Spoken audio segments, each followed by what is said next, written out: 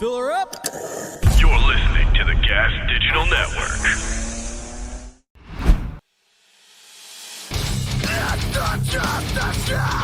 My friend, the lead singer of Hatebreed, the infamous and notorious Jamie Jasta is in the building. That's what's up. Jamie Jasta from the metal band Hatebreed. That guy's famous. Coffee, death metal, and push-ups. That's Jamie Jasta. Remember Jamie Jasta? You know him. He's a podcaster, but he's also a metal man. I would say delete that. That shit is hard.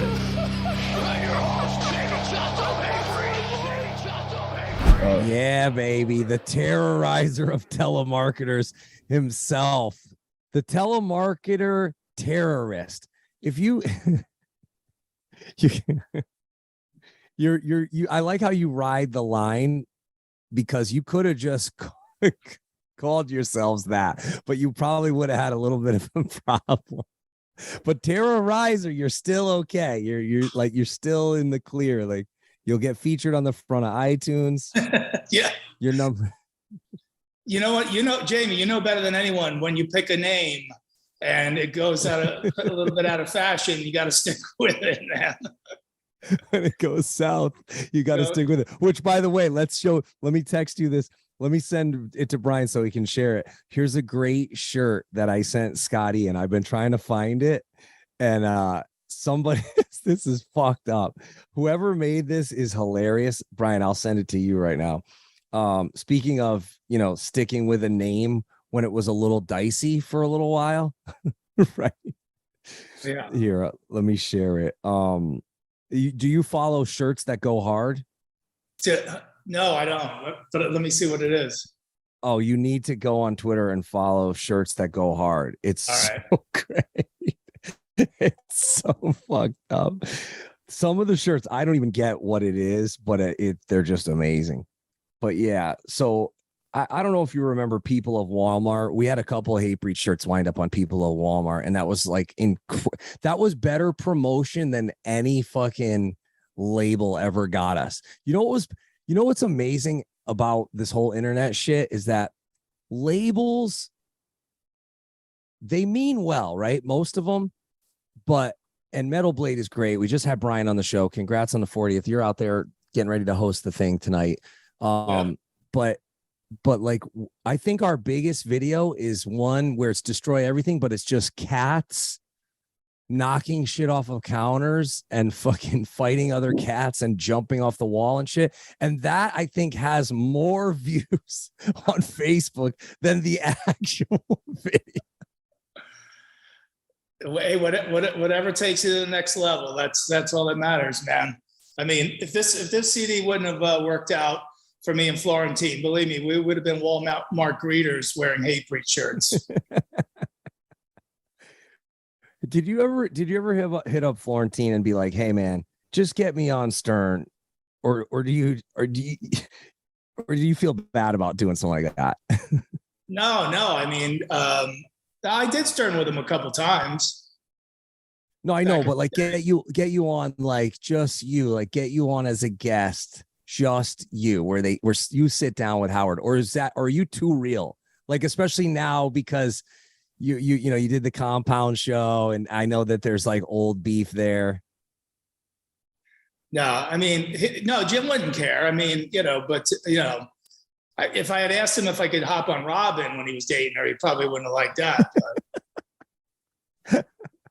But I don't know how, I think Howard's time is, the heyday is past, man. We just did the wrap-up show, me and Jim, to promote the CD. So we're still a little bit, part of the family. We're a little on the outskirts, but yeah, man. No, everything's cool, man.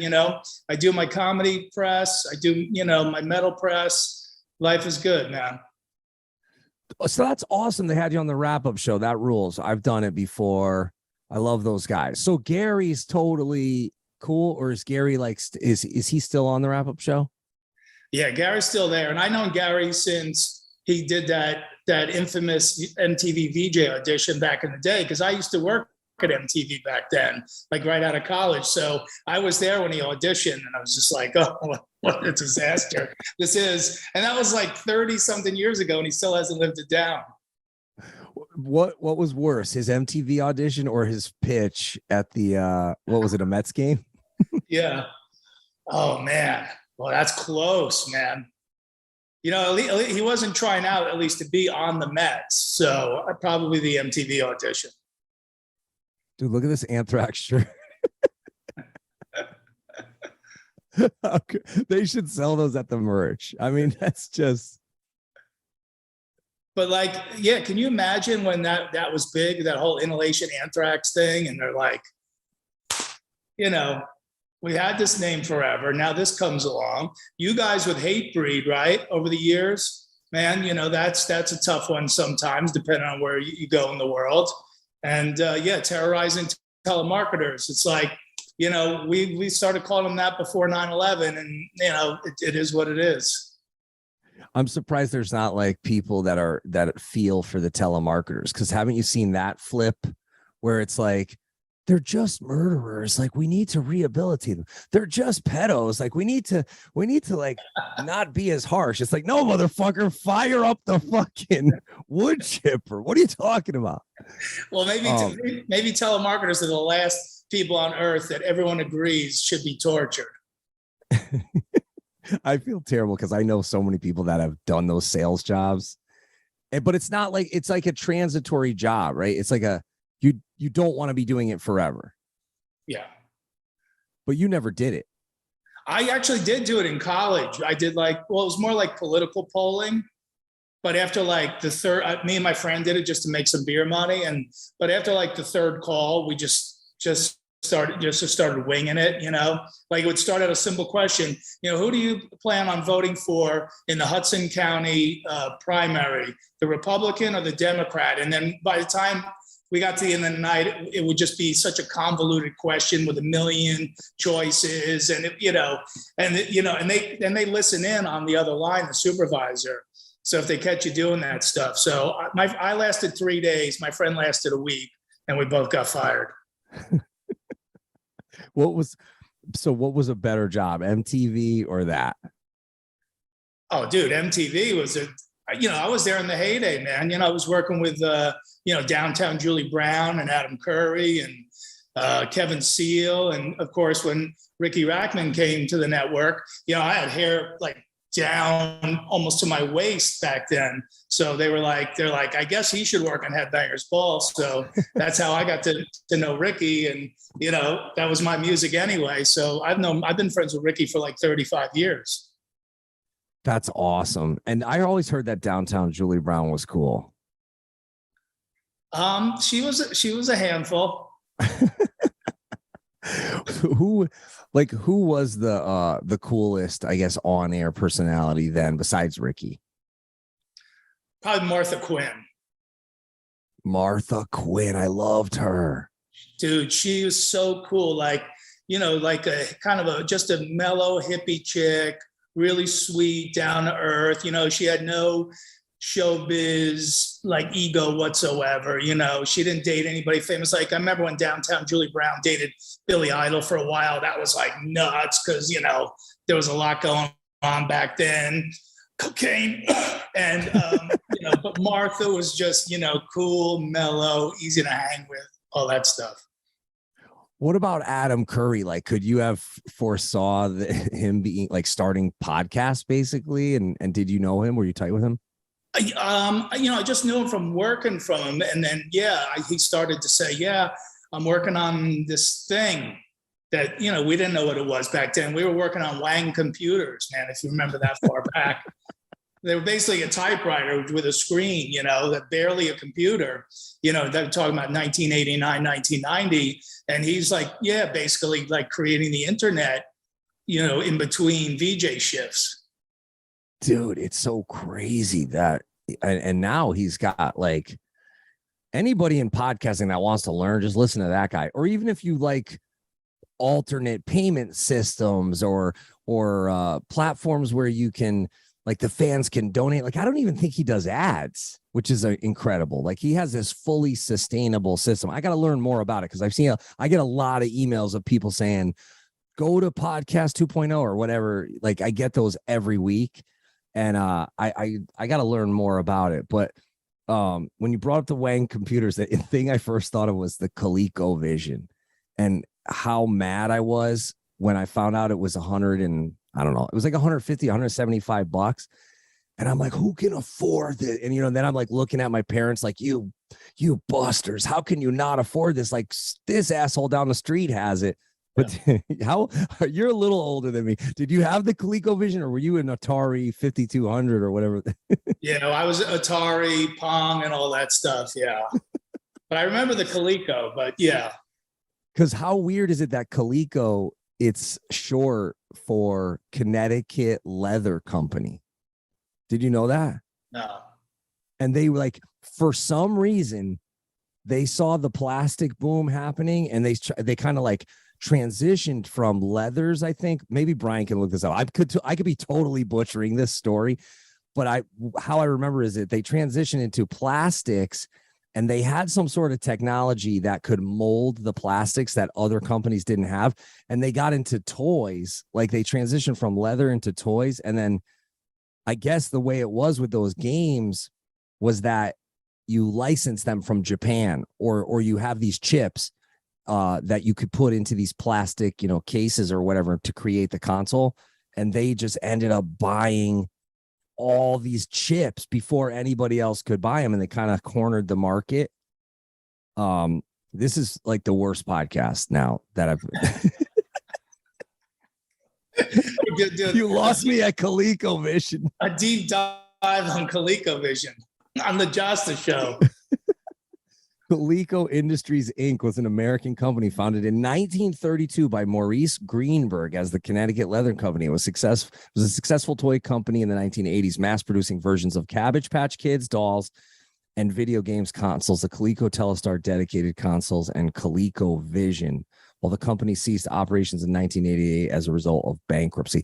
How do you go bankrupt when you had Cabbage Patch Kids? Those like people, like there was dads on the corner with, as Kirk would say, with wigs and lipstick on, trying to get a Cabbage Patch.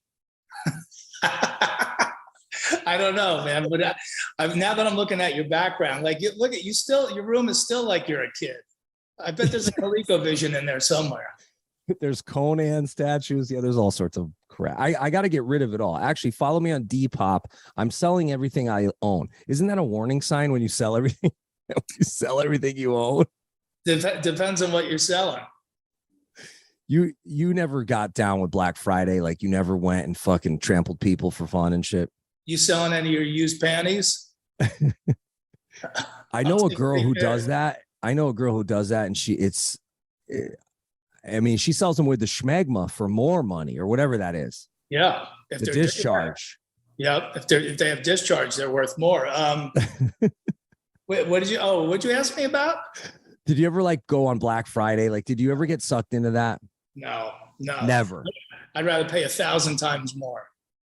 And just order it on Amazon or whatever. Yeah. Or just go go on Thursday or go on Saturday. I'm not dealing with that.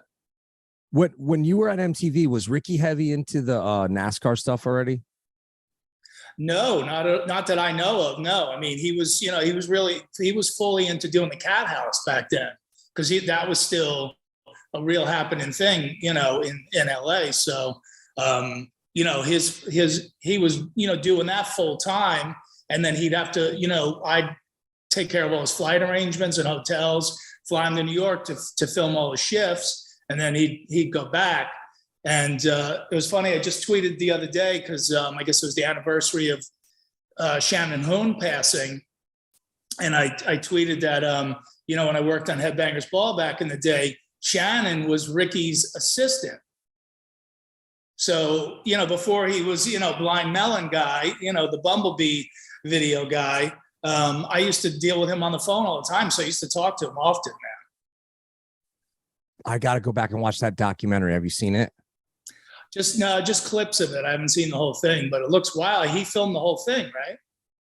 Yeah. And whoever put it together, it looks like they did a really good job. I can't stand when you do the rental. Then if you forget about it, then it's gone and you got to rent it again. Like I should have just bought it so that I could revisit it and watch it in pieces because I don't have a lot of time. And there's so many good documentaries out right now. Like I watched the one about American Bye Bye Miss American Pie, the song. Have you seen that one? Dude, I'll tell you, I'm the exact opposite of Eddie Trunk. I love it, but every time you turn on the radio, it's like, all right, there's this documentary about paper clips. I know it's outside of music, but it was really good. It was 3.5 hours long, but it went by pretty quickly. And like, he watches every documentary. I watch no documentaries. All right. Okay. Well, if you ever change your mind, the guy Don McLean, he's still alive. He's still kicking. Like, that is one of those songs where anywhere you go, and I've been all over the world, and they've played that in bars, and everybody sings it. That's some crazy shit. But the Shannon one, I got to check out because I love the fact that when we were kids, I was not a fan. I'm sorry. Like, I know he was a cool dude and he's a friend of Ricky's, but when we were kids, we were like, this is the word that we used to use for lame. Yeah. Because we were into thrash and we were into hardcore. We're like, why would you listen to this when the Cro-Mags are literally right? Like, they're like 80 miles from us right now. We can go to CB's. And then we actually did try. We took the train down and we went to CB's, and it was just the three, and Harley was drunk and he had long hair, and we were like, what is this? It was like, and there was not a lot of people at CB's either. We were like, wow, this is crazy. But through the years, I had heard that he was a lunatic and that he would fight people on the drop of the dime, and that the success, this, he being Shannon, the singer of Blind Melon. And I was like, so wait, because we used to have a segment on the podcast, some shit ends up being hard, even though you thought it wasn't going to be hard. Some shit's not hard at all. You think it's going to be hard. Like, you see Smash Mouth and you're like, oh man, I got to get like, who's this? And then you hear it, you're like, wait, this is not hard. You hear Pavement. Remember the band Pavement? Yep. Not hard. I threw that right on the pavement when it came in Columbia House. But where was I going with this? Were you watching ColecoVision when you got your Columbia House records in? Dude, my ColecoVision was fucked up. I had to put a paper clip in it and fucking the documentary, I guess it goes into that, the fact that Shannon was like, oh, even though the music was pretty and soft, he was actually like a hard dude. Oh yeah, definitely. And maybe there was some of that, a little bit of that Jamie Lane thing going on, which was like, he got known for, Cherry Pie, but he wishes he would have gotten known from any other song but that one. Okay. I'm so glad you brought up Cherry Pie, because I can't let this go. Prove me wrong. Cherry Pie is just horny Cult of Personality. Wow, can Brian AB that? Brian, are you able to pull that up? 2 minutes. Give me one second. I got it. I've played this to actually, I think our drummer Matt Burns, shout out to Matt. I think he was on my team. Horny Cherry Pie is just horny Cult of Personality, because Cult of Personality came out prior to Cherry Pie. And I don't know if you remember when some of the glam bands were like, hey, we need to like get a little more progressive, or get a little more heavy, or get a little more techie. You remember when they tried to like not be as fucking soft as diaper shit? Like, just, there was like, that's what was cool about Skid Row, was like, they were just hard like that. Like, they went harder on the second album.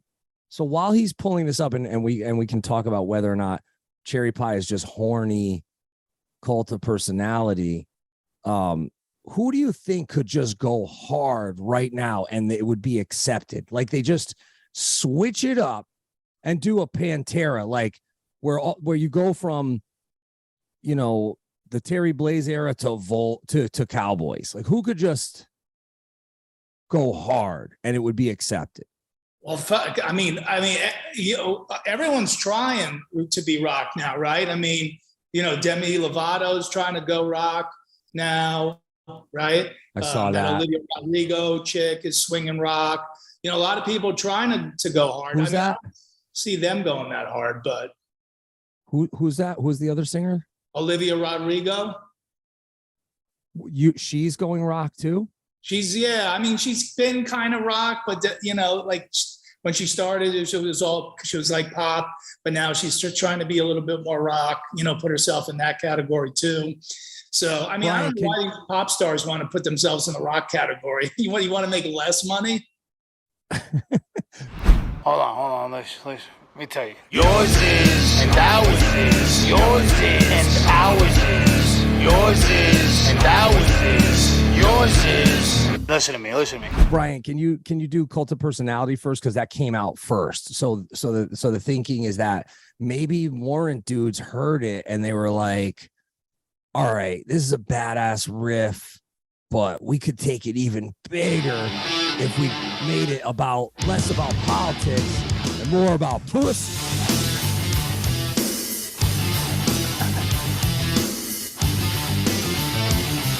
Vernon Reed's got riffs. He's a riff beast. All right. So now let's hear Cherry Pie. So this is like a yours is ours.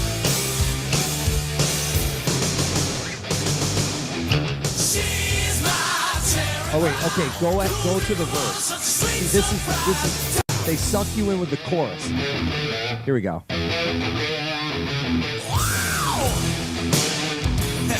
Oh yeah, there you go. Like yours is. What do you think? That part for sure, yeah.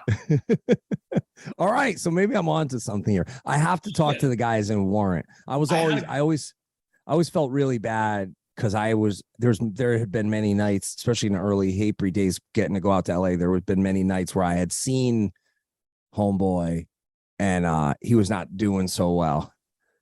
And I really feel bad for his wife and his daughter or his family, because I was able to, look away from the booze and never go back. But it's, for some people, it's bad. I mean, I think, well, I don't want to get on but anyways.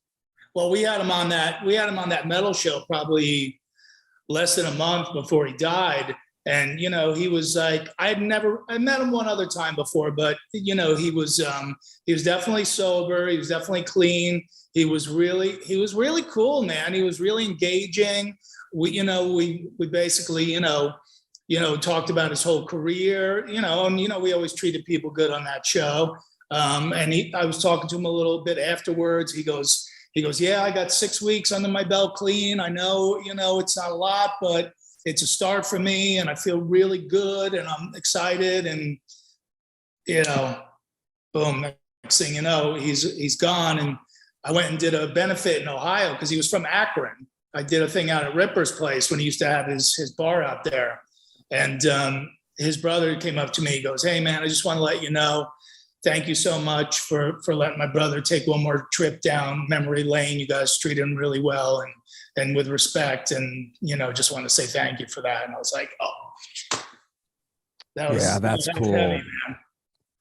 Yeah. And you know what? It's like anybody who might've been like, oh, it's the Cherry Pie guy, or anybody that, would down on the glam shit or down on, the real commercial metal from that time. I mean, look at them now. They're all killing it on the casino circuit. All you need is one, and you have a lifetime of cool gigs and fun trips.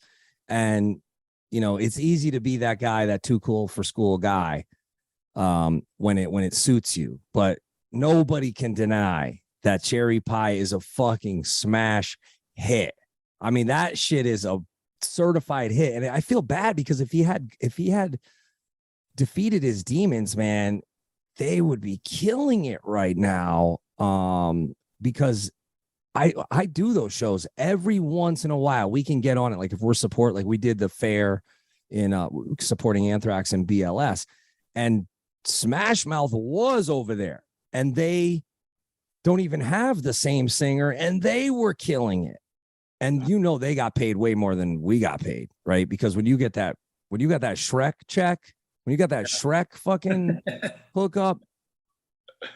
So yeah. all those, like I see the people that diss the bands. They go, oh yeah, what are you going to play the county fair?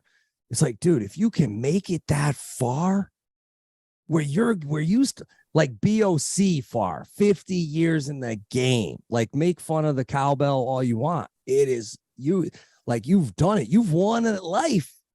It was funny when I was on tour with Faster Pussycat. We played at the Iowa State Fair, which is like the biggest one in the whole country.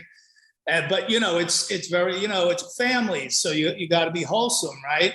And Faster Pussycat always plays the song "Shut Up and Fuck," an old Betty Blowtorch song that's been in their set like for a long time now. But they Tammy didn't want to take it out of the set. So I go, what are you guys going to do? And they go, well, just watch.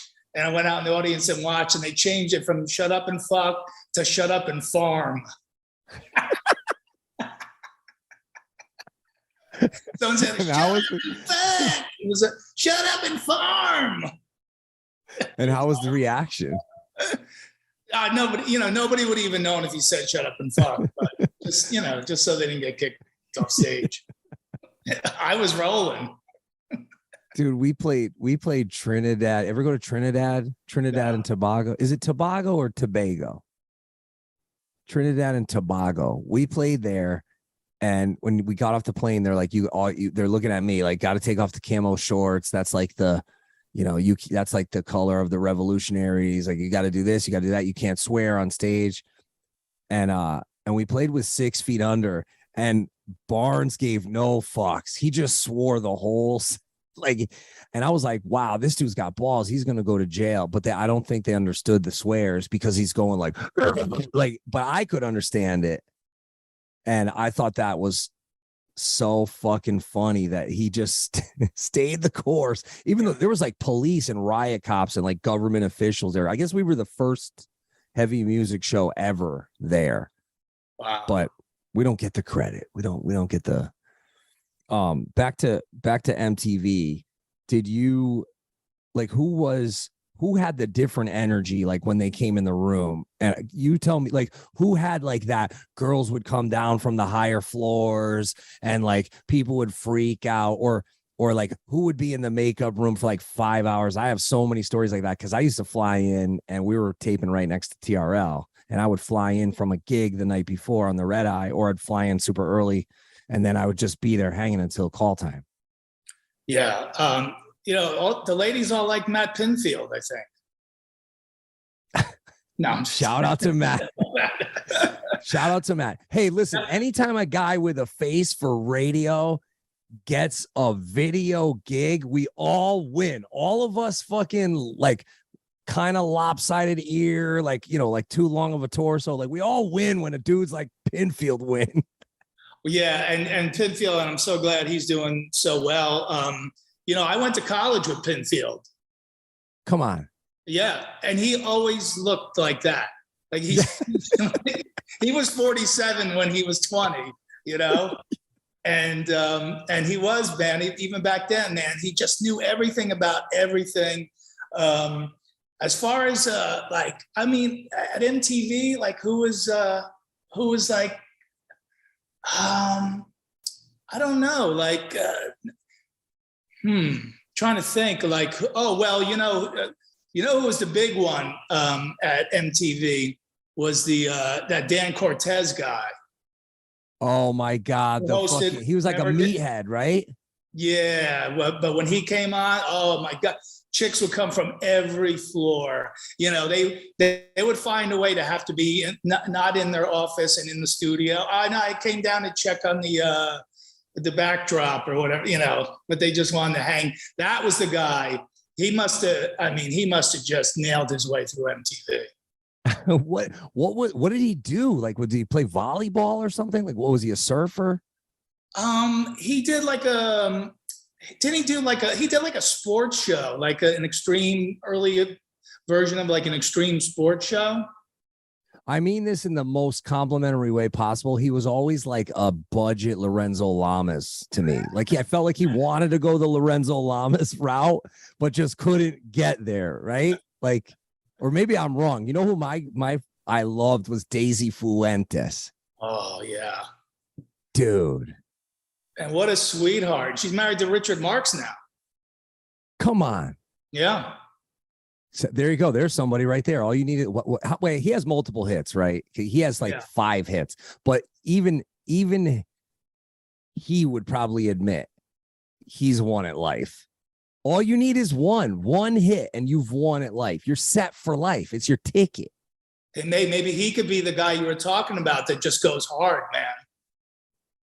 Yeah, like I think, like, you know, that skit on the Chappelle Show where Wayne Brady is like a gangster outside of the show. Like that would be great for Richard Marx. Like he's just like he's like at the after hours at the biker club, like slapping hookers and just like, you're like, what is wrong with this guy? You got to set him up with Charlie and your boys like you did with TV and with Ripper, man. Let's get him meddled up. Just go, and just make him go hard. You know who could go hard and it would be universally accepted? Bryan Adams. You think so? Yeah, because his Throwaway was a hit, right? Like, what was that song he did? And then it was like, no, I'll just give it to these guys. And it was their biggest hit. And it was like a B-side for. Yeah, I forget. Was it for Loverboy? Maybe Brian can look that up. Look up the one he wrote. Look at the one Bryan Adams wrote for Loverboy. That was a smash. And he was like, I don't need to put it on my album. I already got fucking 12 bangers start to finish, all #1 singles or whatever. Wait, Dan Cortez was on Dangerous. And then what was it called when Reckless? Yeah. Dude, that's a hit. Don't sleep on Loverboy. They could go hard. What if Loverboy Dan Cortez was awesome in Seinfeld? Yeah. Come on. Yeah, he played, I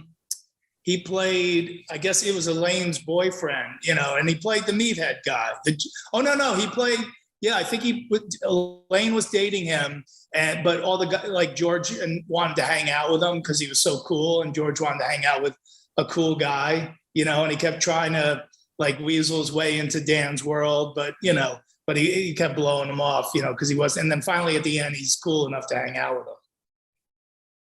Oh my God. So technically, if you're on Seinfeld, is that like having a hit song? Like, are those residuals, those must be crazy. Well, he probably got paid scale for that. So I don't think that wasn't a recurring role, but if you were like the Drake or, you know, one of those people in those recurring. Soup Nazi was the Soup Nazi scale, you think? Soup Nazi. Oh, he probably made a ton. Dude, because Lorenzo Lamas never had a fucking bit part on Seinfeld. So maybe Dan Cortez, maybe he's neck and neck. Oh, come on. Lorenzo Lamas was on, wasn't he on friggin', what was the one after Falcon Dynasty? Crest? Falcon Crest.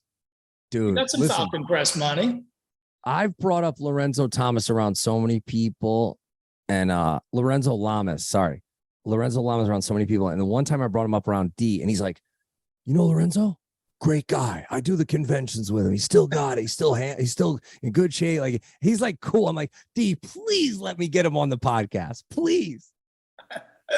He's a big Republican. Is he? Yeah. And D's cool with him. See, we need more of that. Absolutely. We need more of that. All right. So what about when you were there? I'm trying to think who would be like, what about George Michael? Don't watch that documentary. That's so fucking depressing. He's another one. Some scumbag got him hooked on this shit. It's like GBA. It's like not the punk band. What is it? GHB. GHB. GHB, yeah. Some guy got him hooked on GHB, and he just, next thing you know, he's in the park, he's in the porta potty, he's blowing dude. I mean, it's like GHB. I don't know if that makes you just like sexually fucking like you just can't be satiated. That was the date rape drug. That's what it was. Yeah, that's what loosely called that. But Jamie, I don't know if it was that, because you read Halford's book, right? You know what? I'm not all the way through it. Let me see where I left off. What chapter is that? Dude, for 25 years, he was hanging out in truck stop stalls. Halford confessed the autobiography in story. Yeah. Oh man, I'm so embarrassed. I'm only on page 24. He's still a lad in Birmingham. I mean, it is, the chapter is called "Giving Your Mates a Hand." So, but he tells a great because back then, obviously in the day, right? It's not like it is today. People weren't as accepting, especially in heavy metal. He didn't want to come out as a gay man, so a lot of his sex life had to stay closeted. And the way he did it is he would just solicit guys at truck stops and stuff, man. I mean, like the whole middle of the book, he talks about that. And there's a great story in there where they had just left an arena. They get about 15 miles down the road. They get to a truck stop. Everybody goes in, goes to the bathroom, does whatever. Rob goes in the stall. The guy tapped his foot, right? And so that means it's on. And then I guess there was like a hole or something, or there was a space in between. And, Rob got his, the guy's mouth with Rob, and they got it done, and they never even saw each other. And then the protocol back then was one person waits until the other one gets out and leaves. So you don't even see each other. And he goes, but I got out and I'm washing my hands. And the other guy came out and he was wearing a concert shirt from the show that night. Come on. Yeah. Hey, give the fans what they want. Yeah. What does Gene say? Give them what they want.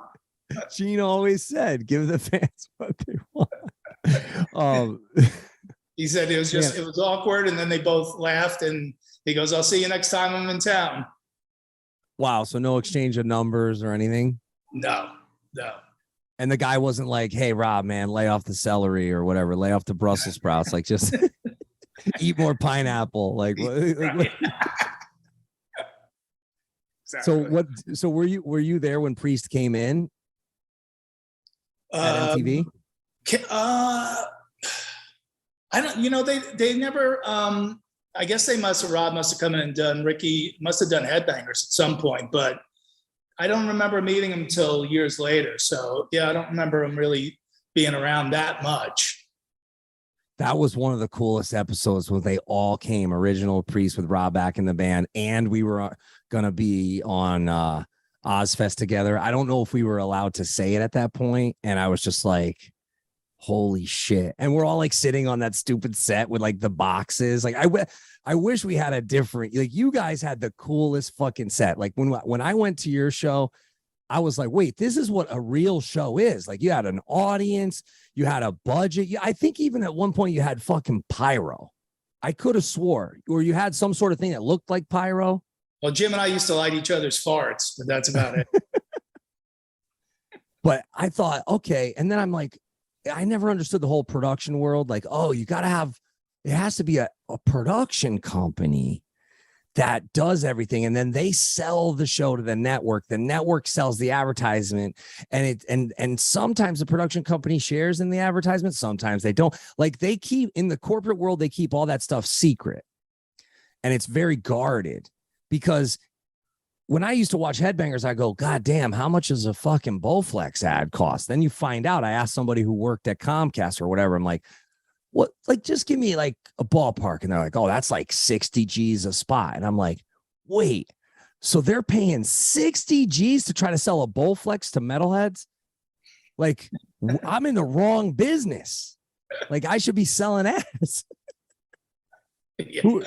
I remember when that metal show first started, we had no advertising whatsoever. So people, we go to commercial break and people have to sit through like 5 minutes of those like starving puppy ads with like Sarah McLachlan singing in the background. Worst. The worst. Sarah, every time. Why, Sarah? Why would you do this to us? Dude, I jump harder at the remote when I hear that first note and I see the sad face. Mm-hmm. God, I can't do it. Sarah, she couldn't go hard. Tori Amos tried. Remember Tori Amos tried? Yeah. Should we revisit that? Was it any good? She covered Slayer, I think. Yeah, I vaguely remember that. Is she still around, right? Yes, she has to be.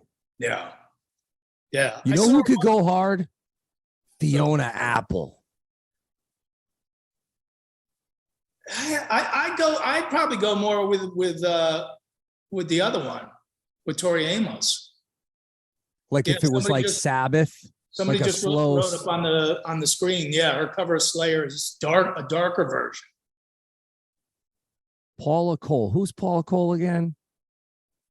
I kind of pitched it to Ann Wilson, and I think she was kind of into it. She could go hard. Totally. But Fiona Apple, I don't know if you ever got into any of her songs. I could see her like on kind of like that Deftone style of hard. Like it doesn't have to be like thrash or like doom, but it could be kind of like atmospheric new metal-y or something, don't you think? Yeah, you know, she could probably be guided that way. But I love the Ann Wilson suggestion, man. Ann Wilson, I gotta revisit that. Yeah, I like her new album, but I wish it was harder. Yeah, because some of the songs, like the guitar distortion, the riff would be fitting with a harder distortion. Yeah. What about you ever have was it pre No Doubt? Were they there when you were there? It must have been a couple years before they blew up, right? Yeah, they kind of came in around like the TRL years, right? That was one of those TRL bands that was huge. What about P. Diddy? Yeah, Diddy was huge. Yeah, that video with Jimmy Page, which, you know, I wanted to jump off the 32nd floor of MTV when I saw that. I'm like, Jimmy, what are you doing, bro? You know, you used to like worship Aleister Crowley. Now you're jamming with P. Diddy. This is no good.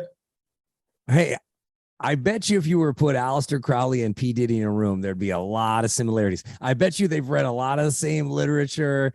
I bet you there's a lot of freaky shit. Like I've heard things about Diddy, but definitely when he came in, the energy would change, the air would change and shit. And you'd be like, I used to kind of laugh because I would go, man, they think our shit, like if Dimmu Borgir is coming in or Cradle of Filth, they think our shit's crazy and satanic. I'm like, Diddy and these other, there's some dark arts going on in this other realm. Don't get it twisted. Also, you know who the girls went crazy for when he came in was the guy who was kind of like the redneck dude on Lost. Do you remember the show Lost? Yeah. But he was on MTV. Yeah, he came in one time to promote Lost, and don't even get me started about Lost because that fucking show. And don't write me a ton of emails saying watch the finale again and it was good and I don't know what I'm talking about. Anybody who thinks that was a good finale, you got problems. You're in the dark arts. You didn't watch it? You know, no. You know who else the girls liked at MTV though was that guy, of course. The other guy that the chicks loved, Dan Cortez, I understood. Like the role he played on Seinfeld was sort of like he was. Like dudes dug him, you know, because he was a guy's guy. You know, he liked to bust balls. He liked sports and all that shit, you know. But so I got that, and the chicks liked him because he was good looking. But the one that made me nuts was that the guy that hosted The Grind, Eric Nies. Oh, Wayne was on The Grind. Wayne from Hatebreed. No. Sorry, he was not on The Grind. He was on Dancing Club MTV. Or Dancing USA. Oh, if it was MTV, it was either Club MTV or The Grind. Okay. Club MTV or The Grind. Like stay home sick from school. Fucking Club MTV is on. Grab the fucking Kleenex and the lotion. Oh, wait, sorry. All right. So, yeah, that dude was like, let me take my shirt. Oh, it's like fucking, dude, it's 30 degrees out. Yeah. Let me take my shirt off. Yep. But see, that was back when you could get tortured on the street and it was okay. So it was like, there was more balance, right? Like some chicks would be like, oh my God, it's Eric. But most people would be like, fuck you, motherfucker. Like with Ricky, like poor Ricky, I always say, like, you gotta let it go because we all love you. Like everybody loves you. They're just their anger was misdirected because they didn't know the inner workings of the industry. Now they know, and all is forgiven. So, but they used to torture him too, right? On the street, people would be like, "Yo, Ricky, you know, why'd you play kicks? Why'd you play fucking trickster? You know, whatever." Yeah, he couldn't win, man. I don't know. I just, because I met Ricky without any kind of bias or anything. All I knew was like, hey, MTV hired this guy, and here he is coming in. I didn't know years later all the stuff I knew back then. So I just took it as like, oh, cool, they hired this guy, and he knows stuff, and he's from LA, and my job is to just make sure he gets here and he does his shifts and all that stuff. So, I didn't take it one way or another. Plus, I always liked, all the whole, and still do like the whole scope of hard rock and metal. I would never be mad that, he played Pantera and Ministry and then Kicks. That's how I go through every day. I'll listen to that. That's awesome. The Reverend Horton Heat, Hatebreed, whatever. I never gave a fuck. So, whatever he played. When he got into the grunge, when the grunge era came in, they started adding those bands in too. That was what was going on at the time. So, people just, people were way more territorial back then. It's like, you either play Pantera or you're a poser, and that's it. But Don, Nelson is a step too far. I don't know if that was a mistake or if that was like right after the last commercial break into the next show and I was misremembering it or maybe I misunderstood. But dude, you coming out of fucking Death the Philosopher into Nelson, I can't. No, I think you probably caught the last video of Headbangers going into the regular rotation because they were. But I'll tell you, I'm going to tell you. So because I do all these Monsters of Rock cruises, Monsters on the Mountain, and that's the whole '80s scene, man. And I remember, we go around and introduce the bands on stage, and Florentine was like, "I introduced Nelson last night," and your first reaction is you kind of roll your eyes. He goes, dude, they're fucking hilarious. You got to hang out with them. They're amazing. So the next night they were playing and I was introducing them. He came down with me. We hung with them backstage for like an hour. Those guys are hysterical. They do not take themselves too seriously and they're fucking amazing ball busters. So I had to change my perception on them, man. Maybe we get them to go hard. Dude, get Nelson to go hard. I had a friend, he doesn't want me saying this, but he used to go, Nelson, they're like two Debbie Gibson with dicks. Who thinks of this? I could just picture Florentine being like, hey man, don't repeat this, but like that one guy from Nelson, he actually killed a couple people. Like not a lot of people know. Like he's a real badass. Like he owed some money and he had to make it good. And but he didn't get caught. And they were mob guys or something. I heard Nelson was mobbed up. Yeah. He rubbed them out. That was all a front. Nobody would suspect him. Nobody would suspect Nelson. So who else? The mob laundered their money through Nelson. Dude, one time, you want to talk about, oh man, I don't even know if I should. Well, one time I came in and I landed at JFK at 4:30 and there was nobody out. I got a cab. Even sometimes at 4:30, there's traffic, right? Especially in New York City. I get over there and I see there's some people working and you know how you can, maybe we just bleep this out or whatever. 5 minutes later. Okay, we're back in. You should have been on Patreon. So, but other people that would come in with different like vibes, like definitely Gwen, she changed the vibe. Like everybody's like, oh my God, it's Gwen. Oh my, they're freaking out. Like everybody, guys, girls. And she was just so sweet and so nice. Also smelled really good. I know that's probably creepy, but I know we've all had people walk by us, or especially women who, do a little bit heavy spritzing. I don't know. I just remember she smelled great. I don't know what it was, but I've never smelled it since. So it must have been expensive. I remember I worked at the MTV Beach House one summer, which was unbelievable. And I'll never forget Jewel walking by me in her prime, like 96-ish. Dude, I mean, I couldn't even breathe, man. That's how roasting hot she was, man. Woo. So hot. With the snaggletooth. Yes. Oh, the person who could pull off a snaggletooth and still be hot. Like, I don't think she'd be as hot without it. Like, if she got that fixed, she'd go from like a 9.5 to like an 8. It's fixed now, isn't it? No, please no. And then we're assholes when we go, oh my God. And then people are like, it's not your decision. Like I said that one time, I think on this show, I was talking about Jennifer Grey when she got the nose job. And I got like 15 emails. Like, that's not your fucking decision, asshole. If she wants to get her nose, it's about what I'm like, well, she was beautiful with the big fucking schnoz. Yeah. It's my opinion. That's what I say on the fucking shows. My opinion. If you don't like it, what the fuck? They're like, tell me that didn't fuck her career up, getting axing the schnoz like that. Well, Jamie, listen, this is what happens with all of them is you go, all right, I just want to just get my nose fixed just a little bit, just shave it down just a tiny bit. Then they look in the mirror and they go, now my cheeks don't match. So now you got to go get the cheeks done. Oh, now my chin doesn't match. And the next thing you know, you look like Shrek. Exactly. Leave it alone. What if fucking Ed Sheeran got the fucking lazy eye fixed? We'd be like, no, dude, come on, bro. It's part of your appeal. You made it okay for so many people with a lazy eye. Like, bro. But see, you know, it's a double standard, though, because if a girl had a lazy eye, they couldn't reach that. I don't think they could reach that success level that Ed Sheeran reached with that. Well, what he should do is he should find a pop female star whose lazy eye looks the other way. Then they go on stage together. So it's symmetrical. Yo, Ed Sheeran says he's going to go hard. Have you seen this?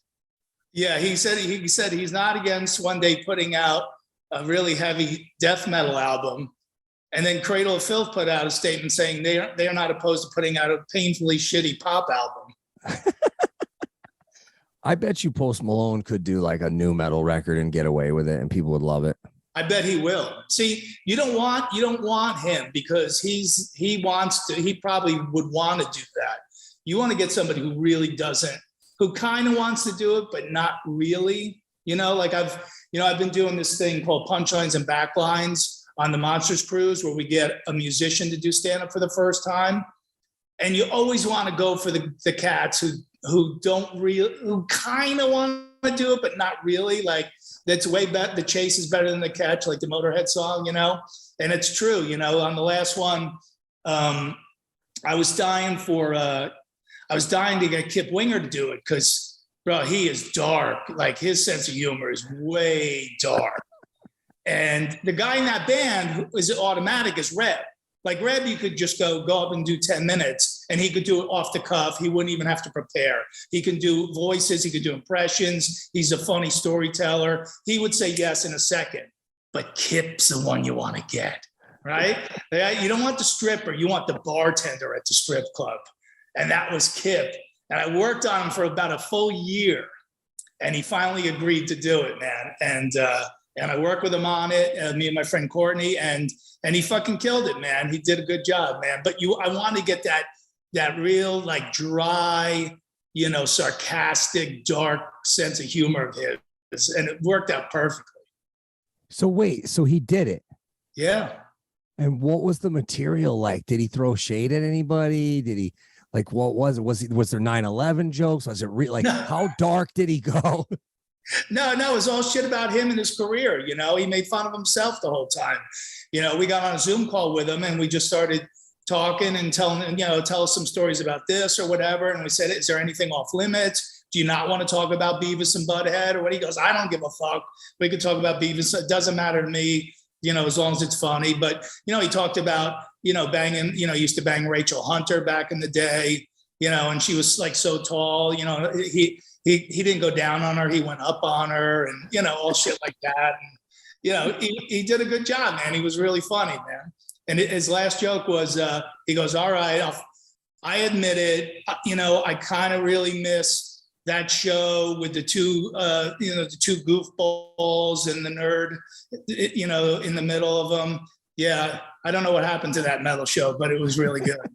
Something like that, Nice. So he threw shade at us instead, which was funny.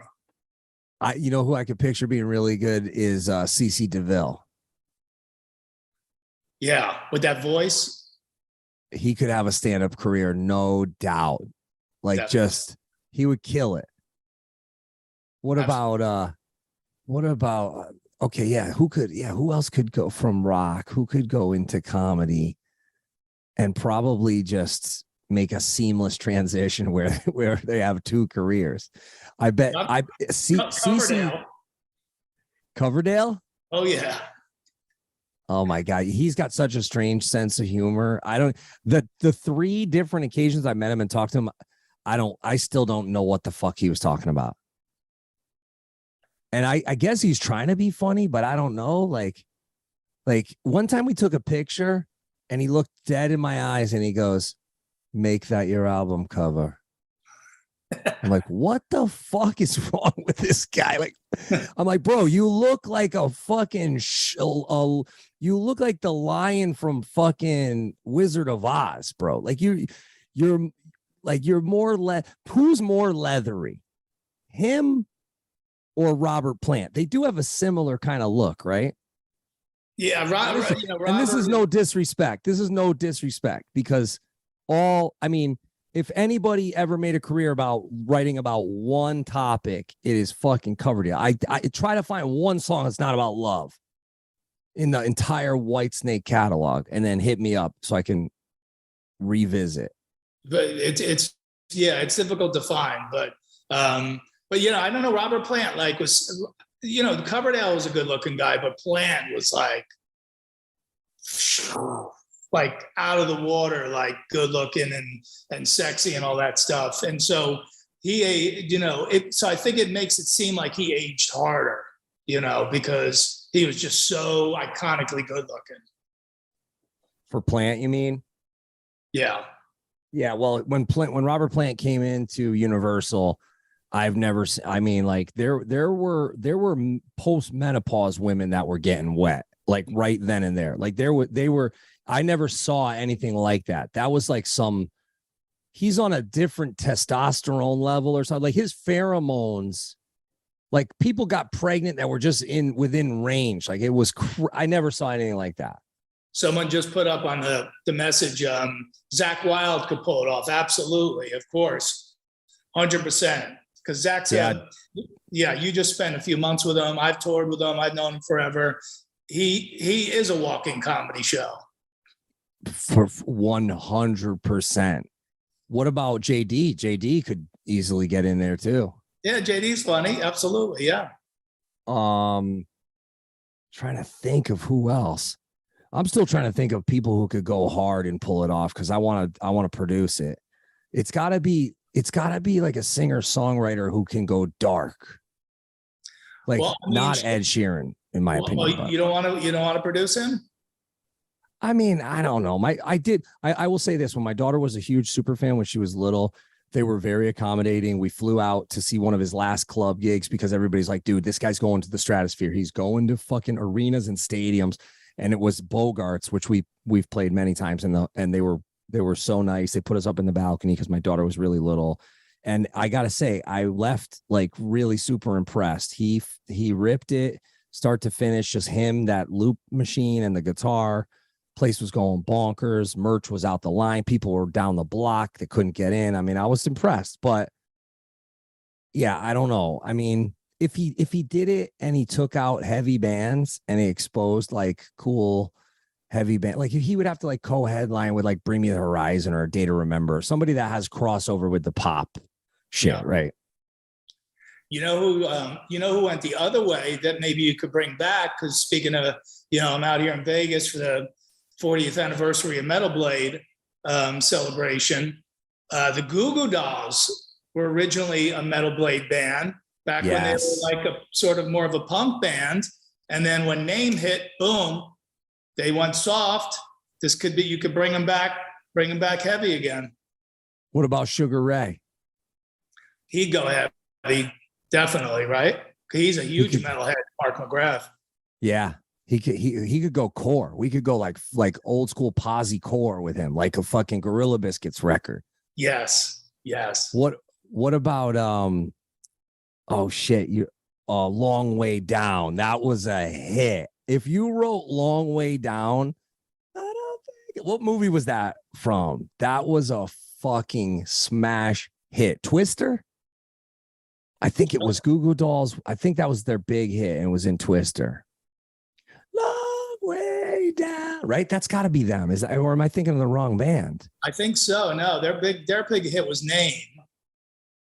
No, I think it's Long Way Down. Brian, can you pull it up? Because I remember the video and seeing the bass player, and you know how like back then it was like if you were like a bigger person, you know what I mean, like. And you were in a band, I was like, that dude, I used to look at that dude and be like, yo, he's still getting laid. It doesn't matter. Like, look at this dude. He's a unit. He's a fucking tank, that guy. I'm like, when you got a hit like Long Way Down, wait, it was a mild hit? Come on. Iris was the big hit. Dallas Bolin says City of Angels was the movie. Iris was the big hit. I thought Long Way Down was the big hit. No, Iris was for sure the big hit. Come on. Iris doesn't have that riff, though. Yeah, but I love Long Way Down. Ladies.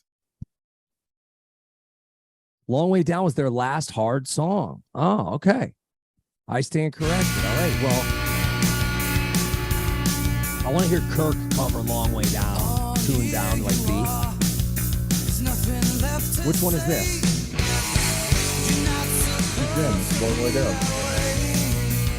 Yeah. Watch, when this shit kicks in, this is a hit, bro. Roll the windows down. Recline the seat.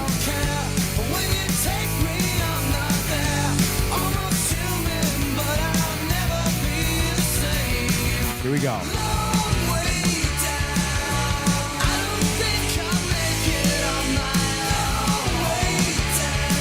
That's a hit, bro. That's a chorus. You need a chorus? See fucking your boy from Goo Goo Dolls. All right, before we get out of here, and Don, thank you for the time. Everybody go get Terrorizing Telemarketers. This is 7 or 8? Volume 7, and it debuted at #1 on the comedy charts. Congratulations. That's amazing. We've been there our 3rd week. We started this week at #1 again. So thank you guys, everybody, for supporting it. Me and Florentine messing with telemarketers, 7 volumes of this nonsense. And that's our little tribute. You know, we're Russia and telemarketers are the Ukraine, and we take them out. All right, before we leave here, I was having this, I was on a walk, I was in a cemetery, it was dark, the sun was going down, and I had a little bit of like this moment of clarity where I said to myself, I don't give a flying fuck about who uses fucking laptops or plays with tape or lip sync. I don't fucking care anymore. I don't care. And here's why, okay? If you care and you put it out to your fan base, whether it's Eddie, Sebastian, whoever, if you care and you're putting out this fan base, what are you expecting the outcome to be? What's the end game? Are dudes gonna fucking ditch the laptop and hire a fucking orchestra? No. Are new bands coming up gonna say, you know what, he's got a point. Let's not put in this choir at this part because we'll never be able to replicate. Like, what's the end game? What's the end game for who? For them to constantly complain and shit on these bands. Like, I get it. It's easy to shit on all these bands. Well, the one band has elements of hip hop. So like all hip hop, they play the tracks and they sing the tracks. So like, what else is he going to do? He had to cancel the show. Like it doesn't seem like this. To me, it doesn't seem like spitting in the face of the rock gods. It just doesn't seem like that to me, but I could be wrong. So I wanted to know your take. Well, I mean, I agree. I'd rather see a band just playing live, but music, just like everything, music has changed over the years. And so, and music production has changed. And so a lot of bands, their albums are, are produced like a wall of sound. And it's not that the bands couldn't go out and play live. It's just, it's not going to sound like the record. And you want to fill that sound in with something. You know, I toured with a band that uses tracks during their concert, but if the tracks went down, they could have still played. But, you know, your fans not getting what they're hearing on the record. So I get that. Probably at least 90% of the bands that I go see are playing live. So I don't really sweat it. And there's a bunch of bands that I like that do use tracks, and I don't really worry about that either. I mean, I saw this coming a long time ago, just in terms of, you know, dude, you just got off 2 months on the road, man. The second you're done with your set, it's on YouTube. 2 seconds later, your set is on YouTube. Bands want to sound good, man. Because what happens? People go on and they go, let's see how Hatebreed sounds now. Oh, they didn't sound so good in Rhode Island, so now I'm not going to go see them in Connecticut. So a lot of bands, they want to fill in that sound. You got to sound good every night, because you don't want those clips out there of you sounding crappy. And then for the bands that put their whole shows on a track, you know, it's a different time. It's a different style of music. You could go and support it, or you could not support it, you know. And a lot of young people like those bands. And like I said, I like some of them too. But I just leave it up to the bands. I'm not worried about who's using it, who's not. Doesn't matter to me. You know, believe me, I'm sure my comedy audience is wishing my set was on a track. It'd be a lot more precise that way. But I like both sides. I get what Eddie and Sebastian and those guys, the purists, are saying, and I get the other side of it. I'm in the middle, man. Whatever sounds good, that's what's good. But is it aimless to have these opinions and not have like any sort of discussion of a solution? Because I feel like what it's doing is it's directing this sort of aimless negativity without fully understanding that it's a really complex and nuanced topic that goes to every like different genre, and then every different subgenre, and then every artist is different. And don't get me wrong, if I'm in the studio, like I've been in the studio recently with bands where they're looking at me like I'm fucking crazy and I have no fucking clue what I'm talking about. And I'm like, all right, no problem. Like if you don't, do your own thing, and that's fine. But and I'm from the school of like, does Stranglehold need a fucking choir behind it? Does that riff? If you got riffs, you don't need half of this bullshit. Like if you got literally listen to fucking White Stripes. Like they sold more records than anybody on earth besides like AC/DC and Metallica, right? And like I swear that she has I don't even think she has cymbals.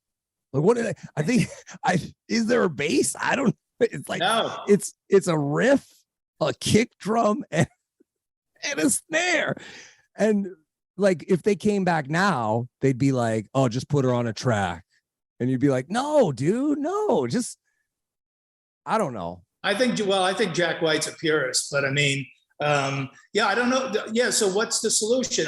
What's the end game? You're right. I'm not sure. You're going to just do an all real 100% live music festival? I mean, I don't know. I think the market always, douches out the bands that just aren't good enough, whether they're playing live or they're not playing live. If people are buying the tickets and they want to go see these bands, then let them go see them. And okay. And also, like, I get the whole thing of, say, let's just use the Poison, Motley Crue, Def Leppard, Joan Jett tour as an example. I watched multiple videos of every band set from different angles, different vantage points. To me, and I was never a Poison fan. I probably mercilessly dissed Poison harder than any band in the planet. I was like, yo, Poison's the people's headliner. They're live. They got riffs. They got hooks. The crowd is loving it. People are feeling alive. Everybody's got a smile on their face. I'm like, this is what we need right now. Like, we don't need everybody shitting on each other. And Joan Jett too, like she sounded great.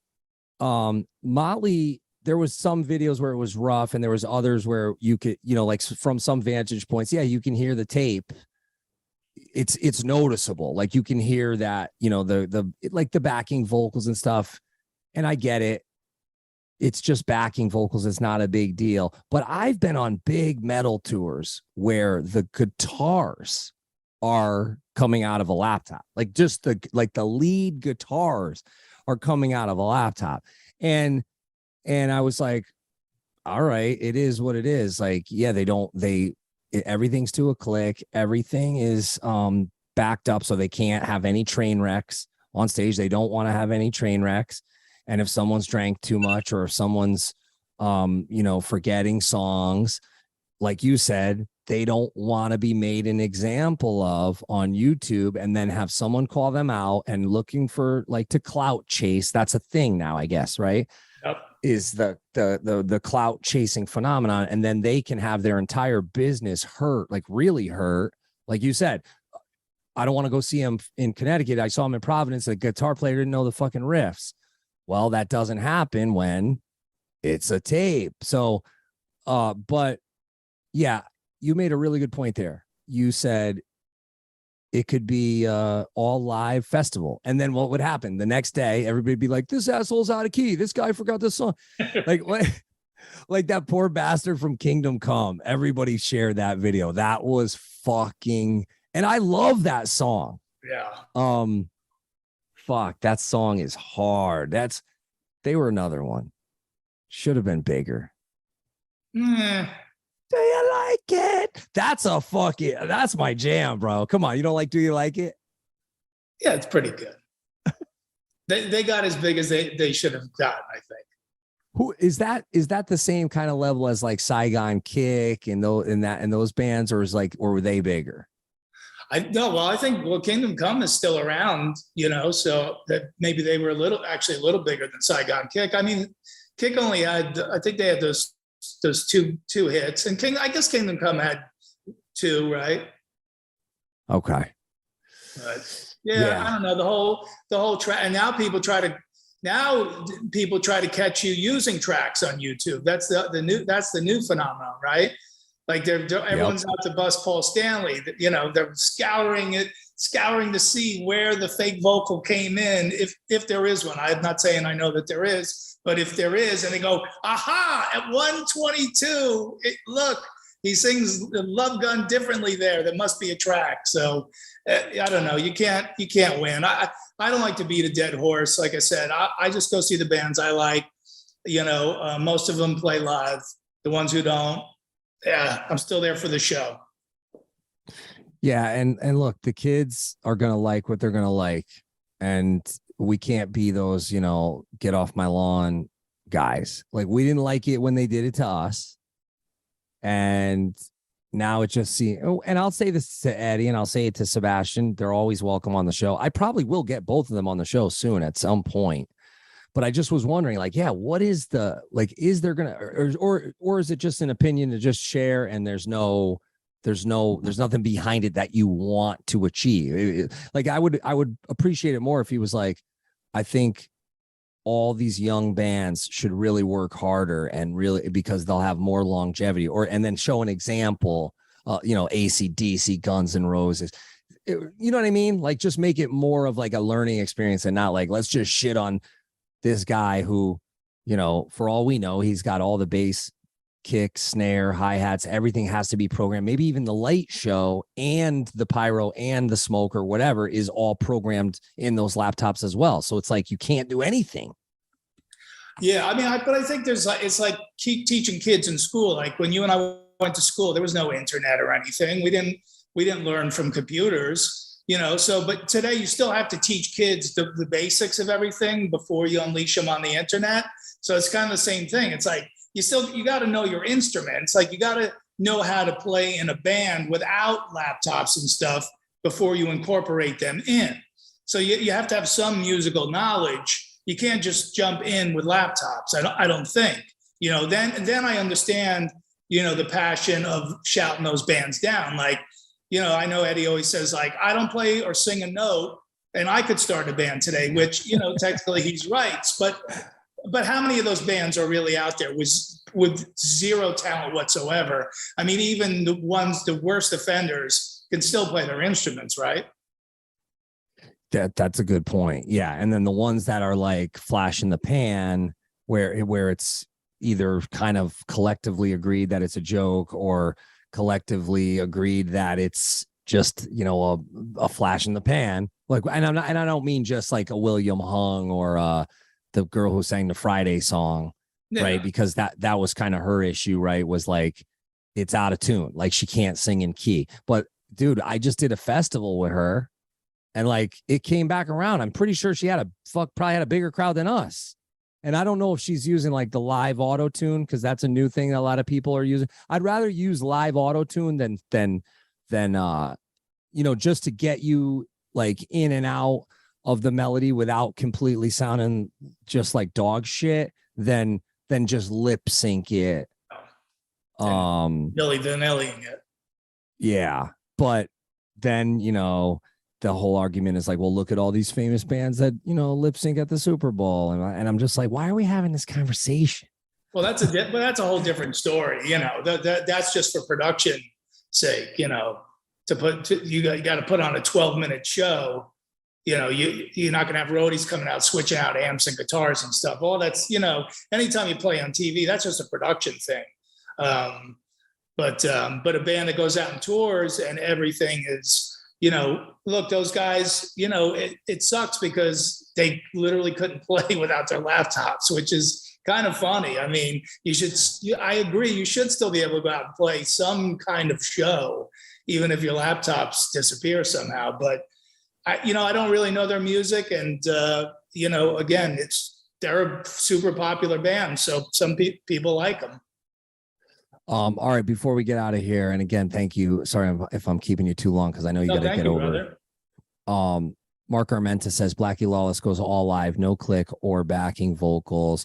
And then he says, I want to see Wasp get a huge package tour together like Motley Crue tour.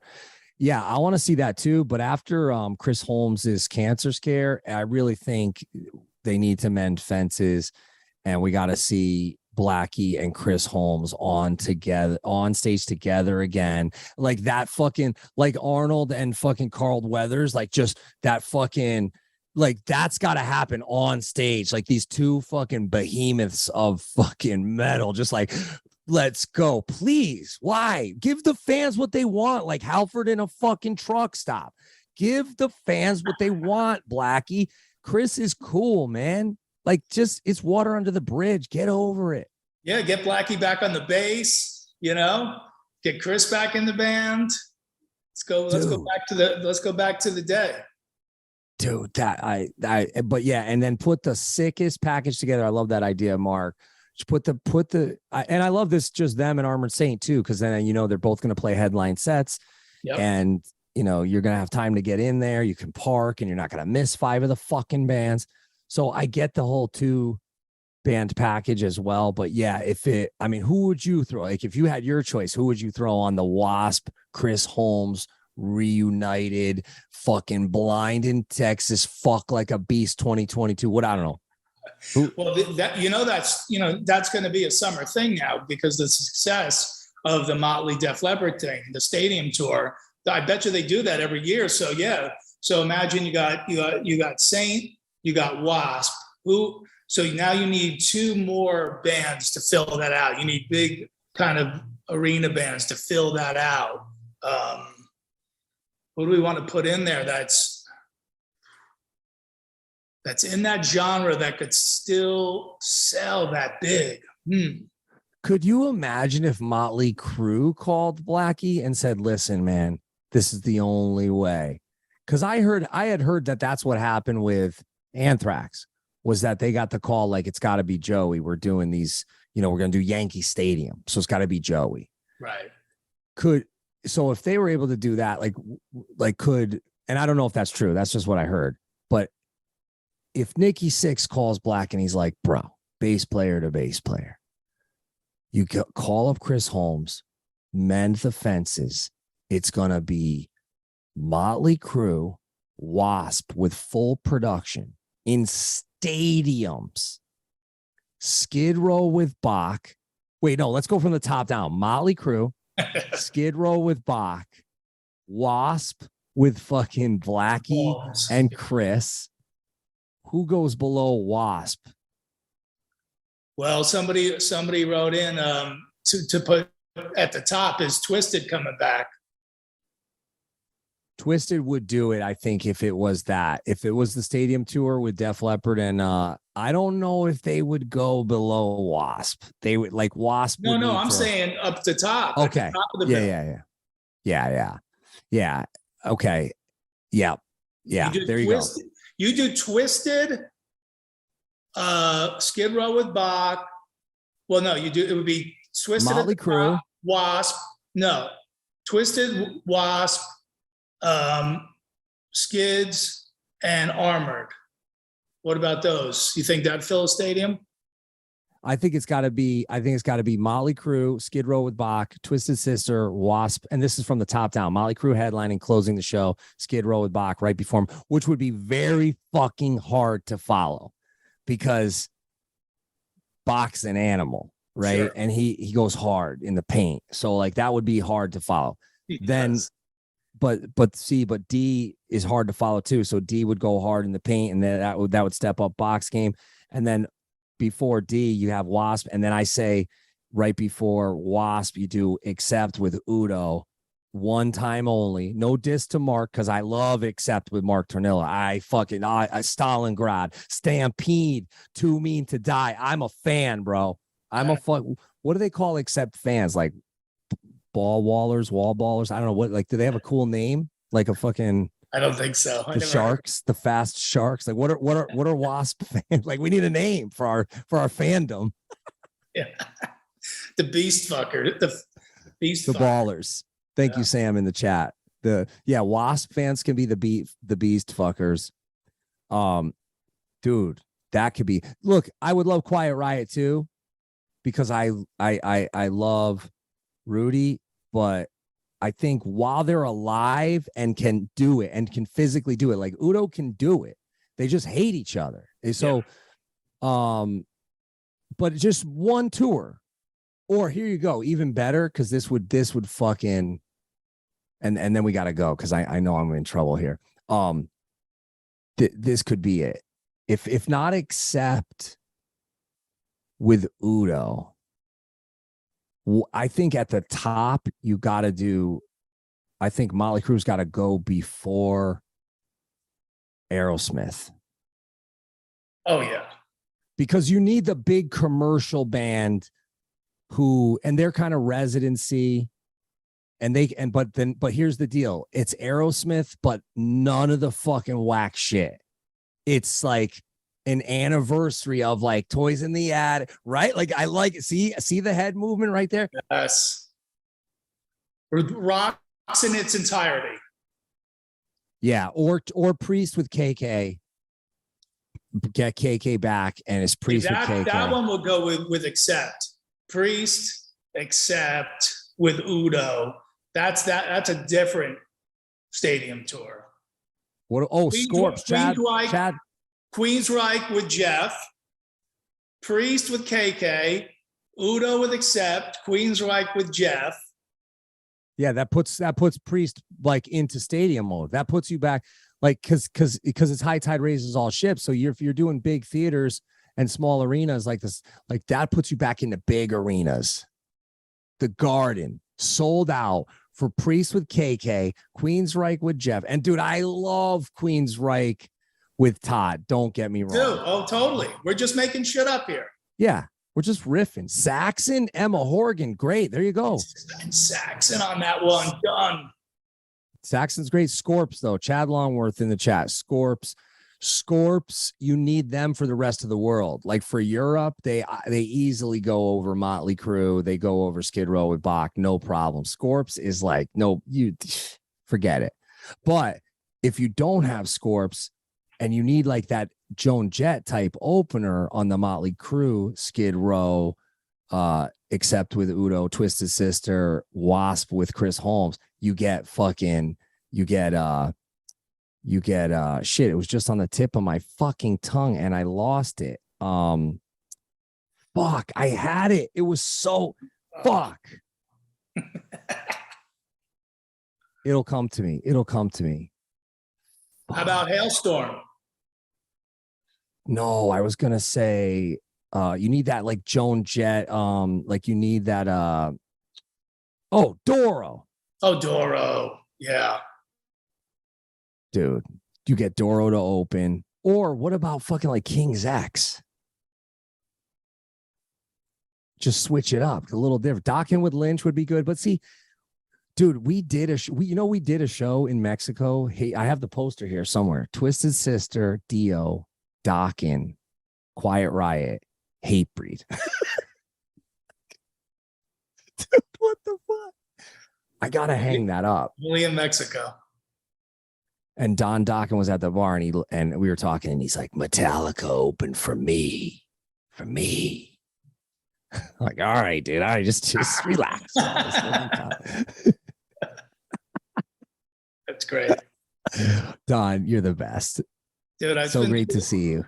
I know. I'm glad to connect, man. It's been a while, and thanks for all the support and the time.